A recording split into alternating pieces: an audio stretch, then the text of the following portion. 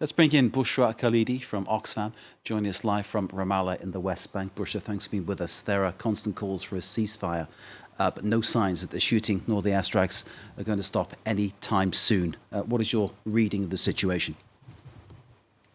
The humanitarian situation on the ground is really unprecedented. It's a crisis of epic proportions.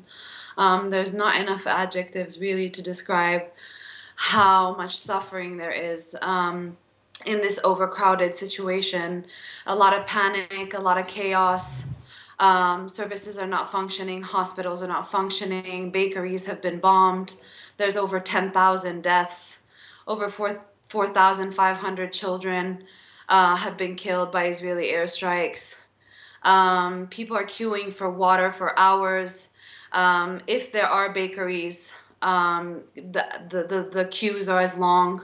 The sanitation situation is becoming alarmingly concerning in terms of infections, diseases, waterborne diseases. They're drinking salty water that they're mixing with sugar. It just sounds like hell on earth, Bushra, what you're describing, and we know this is going on, and then you add to that the number of children who've been killed, which is overwhelming and so shocking. Yet still there are people in high places who perhaps could change all this, who aren't doing so. Now, why is that happening? Israel, first of all, has clear obligation as the occupying power. It occupies the occupied Palestinian territory for the last 7 years. It's imposed an illegal blockade on Gaza for the last 16 years. This is a sixth military escalation. They have a priority duty to protect civilian population in Gaza as the occupying power. And it has decided to collectively punish 2.2 million people, displacing more than 1.2 million people, half of which are children, forcibly displacing them from their homes, cutting off water, electricity, medical supplies, fuel, electricity, internet, and phone lines. Bushra, just to make the argument, sorry to cut across you, but just to make the argument, because I agree with what you're saying, but let me try and make the argument from the other side. They're saying that what they are targeting is Hamas operatives who are hiding behind civilians, using civilians, hospitals, even children, as human shields. What do you say to that? In international law, there are principles of proportionality. I ask you the question, is it proportionate to in order to find one or a few commanders to bomb an entire hospital that is sheltering 20,000 internally displaced refugees? Indeed, and adding to what you just said, I understand that the only specialist pediatric cancer hospital in Gaza is possibly one of the targets this evening, which to me seems... I'm supposed to remain on the fence, but it's hard to remain on the fence when so many children are dying. This seems sick that is happening. It really does.